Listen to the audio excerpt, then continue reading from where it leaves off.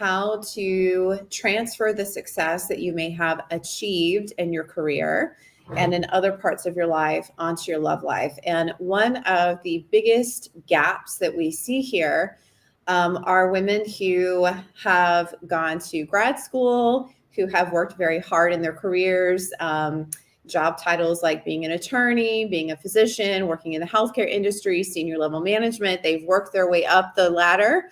Some people would say that these women are in their masculine, and I subscribe to that philosophy to a certain extent. However, I am trauma informed, so I always go back to what's really going on deep down in her psychology.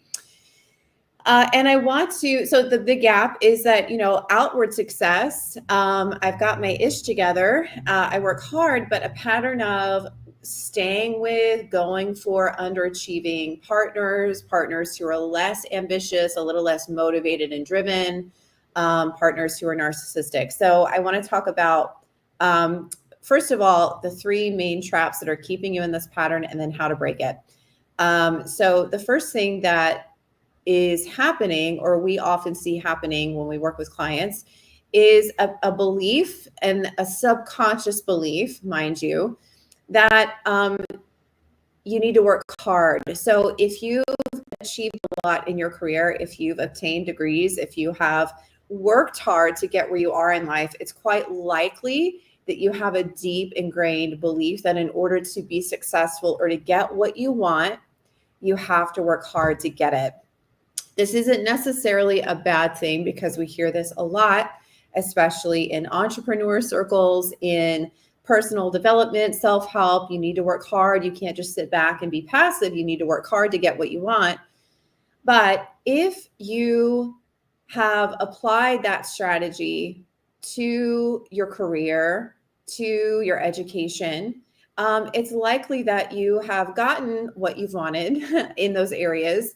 But when you apply, I have to work hard that same hard, I have to work hard belief to a relationship, what happens is that you wind up often thinking or mistaking that you can continue to work hard to make the relationship work, just like you maybe worked hard to complete your degree or degrees, or worked hard to complete a project at work or complete a big team migration, whatever the case may be.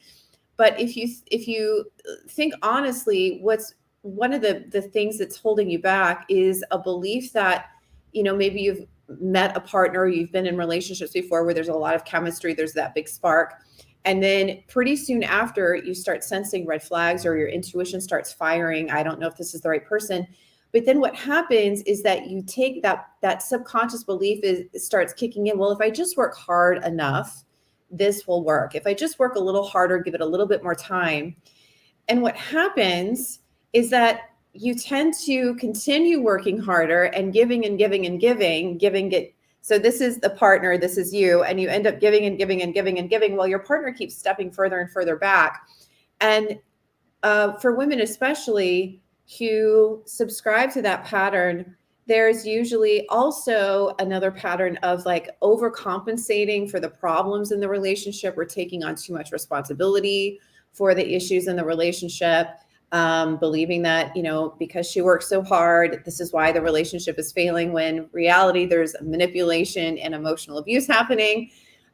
So trait number one that may be holding you back is the very thing that's probably made you successful in your career, which is this: I have to work hard to get what I want. And here's the thing, people with emotional abuse tendencies, people who are manipulative, have their own void that they are trying to fill. They have their own deep, deep, deep fears and insecurities that they are trying to overcompensate for by wearing that mask. And if you work hard and are successful, this is actually, there are certain people that say, an emotional abuser would not go after somebody who's successful because they would be intimidated. And I find that to be quite untrue, especially in the work that I've seen in the clients that I've worked with here. An emotional abuser will tend to favor somebody who works hard because on some level, conscious or unconscious, they believe that you're going to keep giving them a runway, giving them more chances, especially if they see that you're overcompensating and taking a lot more responsibility for the problems in the relationship. So again, trait number one, you are working hard, or you have a belief that in order to get what you want, you have to work really hard. And that's probably created some level of burnout, anxiety, emotional exhaustion, resentment. And if you've never had a healthy romantic relationship, that belief is probably not serving you. The second thing that I see that holds people back is confusing feeling validated or feeling like you're achieving in the relationship for love. And we see this a lot, especially with women who tend to go for underachieving partners, or partners who may initially present like they've got their shit together, but wind up, having some lack of motivation. They drink too much. All of their exes are crazy. They've got a lot of drama going on. They're not very motivated in their life. And so by being the rescuer, this kind of goes back into being the hard worker, by being the fixer, what often happens is we see a lot of women mistake helping their partner find their potential, helping their partner become a better man, with love. And what's really happening is that when you temporarily help somebody get a little bit further, it's not really, you're getting a sense of validation that you're a good person. You're getting a sense of achievement. And if you're successful and you've worked hard in your career and worked hard to be where you are, you've likely gotten some type of a dopamine rush and validation by achieving. The catch-22 and the irony is that really no amount of achieving is ever good enough, because there's always that inner gap and that inner belief that you're not really good enough, period. And this leads me to trait number 3. So just to quickly recap, trait number 1 that may be keeping you in this toxic pattern with men, especially when you're successful and you're driven in other parts of your life, is that you have a belief that in order to get what you want, you have to work really hard to get it. And this sets up the perfect environment, the perfect psychological environment in you to continue working hard in an unhealthy relationship, and believing that if you just work a little harder, if you just give it a little bit more time, that things will eventually work out. And you're, on some level, probably trying to get back to that first initial honeymoon phase where things are not even truly realistic anyway. The second thing that may be at play here is a tendency for confusing achieving and feeling validated by fixing people and fixing your partners specifically for love, for reciprocal love, for receiving love, for unconditional love. And then the third and final big trait that's really going on underneath your pattern of attracting unhealthy partners, especially if you are successful in other parts of your life, is a big belief that you're not good enough. So of all of the overachieving, high achieving, people pleasing women that we've worked with, there's a common through trait or common golden thread. And that is the core deep fear that they are not good enough. And this is a common belief that gets instilled in somebody. Maybe if you grew up with a narcissistic caregiver, or maybe if you grew up in an environment where you had to compete to win attention from a parent or caregiver, or maybe you grew up in an environment where there was just, emotional neglect. Maybe you were a latchkey kid. There's a number of factors that can play into this, but the biggest thing that is underneath your drive to achieve, your drive to succeed, your drive to work hard, your drive to get, and win love is the belief that you're not good enough. And here's the thing, if you believe subconsciously, now you might not walk around thinking that on a daily basis, maybe you do, but you might not, declare that to yourself every single day or say it out loud. But if you constantly find yourself settling in your love life, there is usually a deep, deep subconscious belief that you are not good enough. And whenever you believe, whatever you believe subconsciously is going to be mirrored outside in your reality, in your outer environment. And this is not only true for the choices that you make or don't make in your romantic relationships, it's also true for the dynamics you find yourself in work environments. So we often work with women who not only struggle with unavailable or narcissistic partners, but they also struggle with unavailable, emotionally abusive, abrasive, or even narcissistic bosses or work environments where they're not getting their needs met. So, how you do one thing is often how you do many things. So how do you transfer the success that you've had in your career to actually improving your love life and having healthier relationships? So the first thing that you have to get to and arrive at is admitting that you have a problem.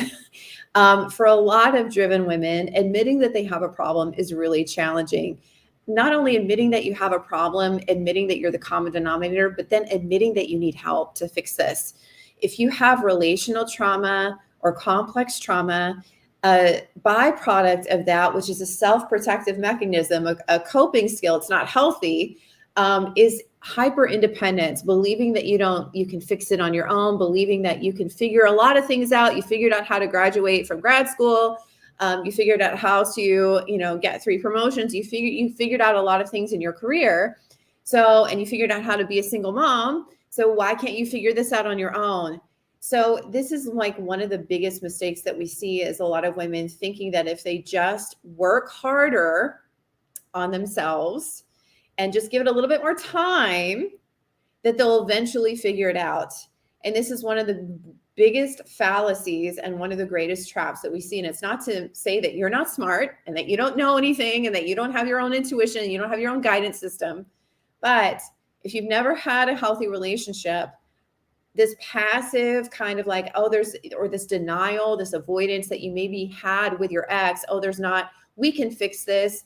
Just give it a little bit more time. There's not these problems, or, minimizing the problems. That same pattern that you probably had with your ex to stay in that dysfunctional dynamic will be the same pattern that you bring with you after you've left. That will often keep you stuck in complacency and believing that you can fix it yourself and believing that you just need to meet the right guy when you've had 30 years of never meeting the right men, right? So hope is not a strategy. Complacency is not a strategy. And hyper independence is also not a strategy. Hyper independence usually leads people to more working, staying chronically busy, and eventually, burning themselves out in emotional depletion. And those are not at all good places to be searching for a romantic partner or dating, because you're searching for somebody on an empty tank emotionally, and that will never work. You're going to get somebody that is going to either deplete you even more, or you're going to give too much of yourself and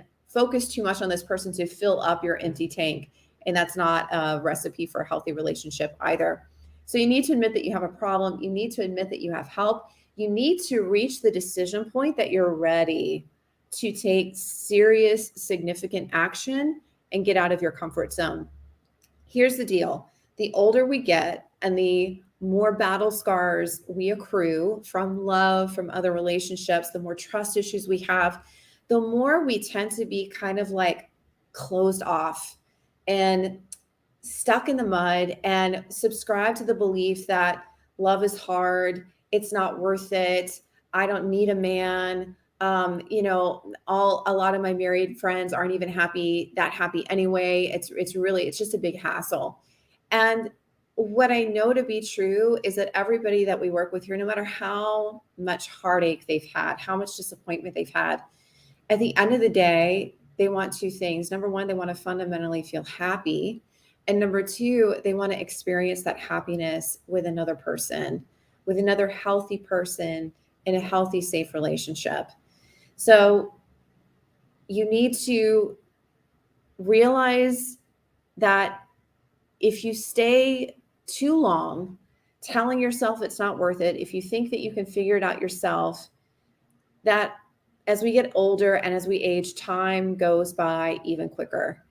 And usually the more time goes by and the more dating experiences and the more disappointment in dating that you experience, the more that stacks up in your belief and reinforces the subconscious belief that you are not enough, that you got to work hard, you got to work harder. And then it becomes like this can't win scenario. So if you have relational trauma, the second thing that you need to seek out in terms of professional help is somebody who is an expert in complex trauma and CPTSD, and who can help you not logically understand why. That's only the tipping point, and you'll get that logical awareness from therapy. But here's the deal: therapy alone and that illogical awareness is usually not enough to change relational trauma and shift your behavior consistently over the long term. It can make you feel better in the moment, but when we're talking about repetitive behavioral patterns that you've played out subconsciously, logically talking about it isn't going to fix it. So working with somebody who is going to help you bypass your over analytical brain, who's going to use tools like mind body work to help you be more aware of how you're feeling, help you regulate your emotional home and your nervous system. A lot of the women that we work with live in a daily basis in fight or flight mode. If it's not dealing with a narcissistic ex or feeling lonely all the time, they are staying chronically busy and feeling extremely stressed and overloaded and burnout. Again, none of those places are ideal for attracting a great relationship. And what's even more critical to understand is that your body over time gets used to and normalizes living in fight or flight. So if you're relaxing, or if you date somebody who's actually healthy, you're going to think that something's wrong because it's not kicking in the same chemicals that you're used to feeling in chaos. So working with an expert who is adept in CPTSD and complex trauma, and who is going to help you take steps every day to rewire how you think and rewire how you feel, and at the same time take steps out of your comfort zone relationally that are going to promote your ability to be vulnerable, that are going to promote your mastery at communicating your needs clearly, that are going to promote setting boundaries without fear and without depleting yourself in the process. And so this is ultimately what needs to happen. Recognizing that you have a problem, realizing that you need and are ready to receive help in fixing that problem, and then the willingness to be able to step out of your comfort zone on a consistent, regular basis to start seeing changes and to get the relationship that you want. And most people have an idea of what they want. I mean, if you think honestly about your own behavior, if you're watching this, you logically know what you need to do, but it's all of the subconscious stuff that will stop you from actually following through on that. And if you think about all the times that you have abandoned yourself in order to make an unhealthy relationship work, or in order to stay with somebody who you initially had a big spark with, that self-abandonment and that pattern of continuing to keep going even though your gut knows it's wrong is a trauma response. And the more you've done that in your life, I will be the first person to tell you that just doesn't stop. That doesn't stop when you make the decision that you're not going to do it anymore.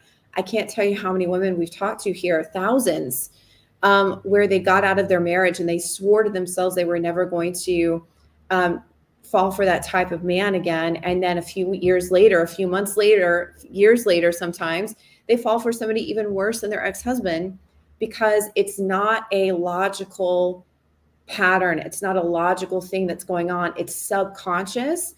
And this trauma response is embedded in your nervous system. People think that trauma means you're going to have flashbacks and PTSD like a war veteran. That's partially true. But really what happens is if you have relational trauma, your relational trauma is going to come up in relationship, specifically intimate relationship. And it's not enough to tell yourself, I'm going to do better next time. It's not enough to take a lot of time off dating. And it's really not enough to keep talking about your past, because that just reinforces the wiring in your brain associated to your past. You have to make the decision that you are ready to stop settling, stop being complacent, and that you're ready in a sense, for an adventure. You're ready to take actions out of your comfort zone. You're ready for a transformation. And you realize that transforming your relationship patterns is going to evolve and up level every area of your life. So this ultimately is how you take the success that you've had in your career, and transfer it, implement it, integrate it into your relationships and specifically your love life.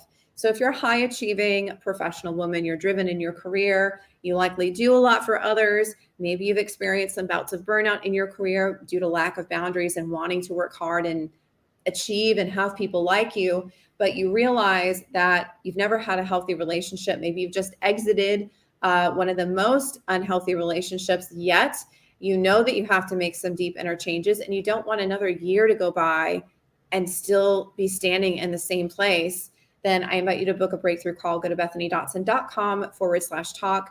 We will have a very honest conversation about your specific pattern. Look more importantly at what you want, where you want to be in a year, where you want to be in 3 months. Get you super clear on the relationship that you want to have, how you want to feel every single day, your goals. And if we feel we can help you reach those goals, then we will talk about how we work and give you all of those details. To qualify for the call, you need to be single. You need to be not really dating anybody questionable. So this call, I want to be clear, is not a free advice call to get advice on the guy that you're dating. This is a call to get clear on your goals and to find out if we're a good fit to help you get there. You need to be successful, stable, professional. Other parts of your life are going well. It's your love life that is the one big stinker that keeps dragging you down. And then finally, prior therapy is preferred. We want somebody, we want to see that you've taken initiative to get help for yourself. Maybe you plateaued with the therapist that you've worked with. You got to a certain point, and then you felt like, what's the point? It's not really working anymore. And then finally, it's a high priority to fix this now. It's a high priority. You realize telling yourself, you've been telling yourself it's going to get better for like the last 45 years of your life, and it hasn't really gotten better. So if that's you, go to bethanydotson.com/talk, book a free breakthrough session. We will see if we can help you break through the inner blocks, the fear, the past trauma that is holding you back from where you really, really want to go.